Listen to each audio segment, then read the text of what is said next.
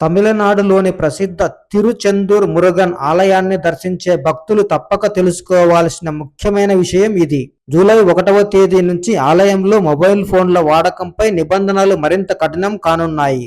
ఇకపై భక్తులు మొబైల్ ఫోన్లను ఆలయం లోపలికి తీసుకెళ్లేందుకు అనుమతించరు. కొంతమంది భక్తులు క్యూ లైన్లలో నిలబడి ఉన్న ఫోటోలు, వీడియోలను తీసి వాటిని సోషల్ మీడియాలో పోస్టు చేస్తున్నారు. వాటిపై పలు రకాల కామెంట్లు వస్తున్నాయి. ఈ నేపథ్యంలో 2022లో మద్రాస్ హైకోర్టులో దాఖలైన ప్రజా ప్రయోజన వ్యాజ్యంపై విచారణ జరిగింది. తుది తీర్పును వెలువరించింది. దీంతో జూలై 1 నుంచి కోర్టు ఆదేశాలు పూర్తి స్థాయిలో అమలు కానున్నాయి. వాస్తవానికి 2022 నవంబర్ నుంచే ఆలయం లోపల మొబైల్ ఫోన్ల వాడకంపై నిషేధం అమల్లో ఉంది. అయితే దాన్ని ఇప్పుడు మరింత కఠినంగా అమలు చేయబోతున్నారు. ఇకపై సాధారణ క్యూ, ప్రత్యేక దర్శన క్యూ, సీనియర్ సిటిజన్లు, దివ్యాంగుల క్యూ లైన్లలో తనిఖీలు నిర్వహించనున్నారు. మొబైల్ ఫోన్ ఉంటే ఆలయంలోకి అనుమతించరు. వాటిని భద్రపరుచుకునేందుకు ప్రత్యేక డిపాజిట్ కౌంటర్లను కూడా ఏర్పాటు చేశారు.